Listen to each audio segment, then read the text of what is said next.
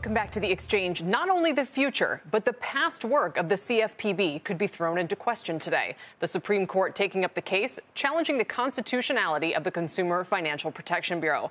The plaintiff here is a group representing payday lenders, which have been a target of the CFPB.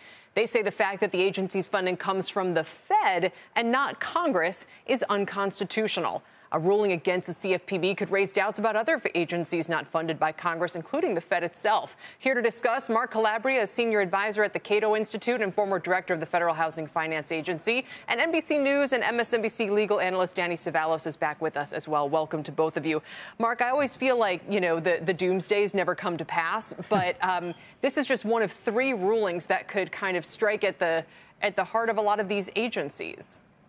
Kelly, that's right. And so I don't want to dismiss. I think right now it's still an open, after hearing today's discussion at the court. It's a wide range of outcomes. I don't think any outcome is a given at this point. And so there is a small probability. I don't want to dismiss that. You could see ramifications for other financial regulators. I think the odds of that are quite low. If you think about it, maybe there's about a 20% chance that they come up with a ruling that applies to the Federal Reserve or the FDIC.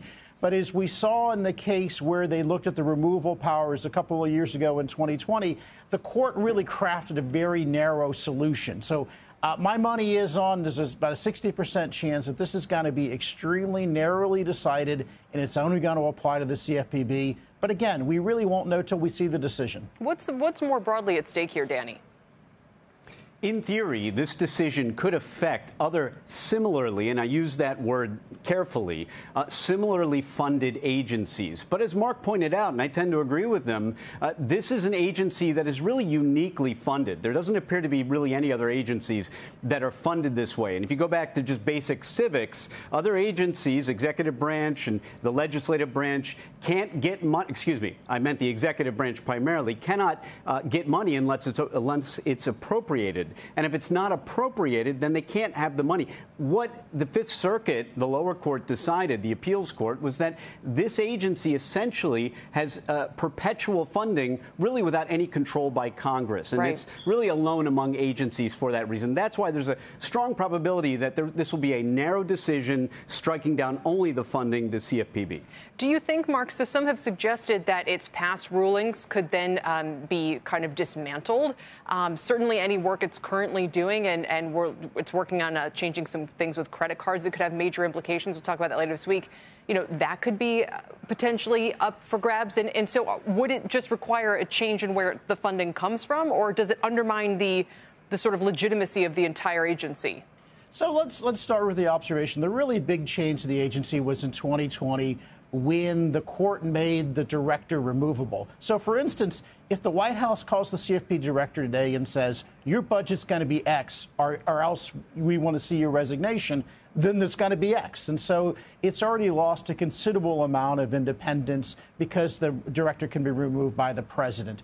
But you've had a statute of limitations with an Administrative Procedures Act. So anything that's been out there for quite a while, say 5 or 6 years or more, is going to be fine. We ran into the same issue with the removal issue back in 2020. And so certainly I expect some litigation with some of the outstanding. But for the most part, the agency is going to have the ability, if this is a narrow decision, to simply kind of bless everything it's done. But again, there's going to be some litigation. There's going to be a transition period.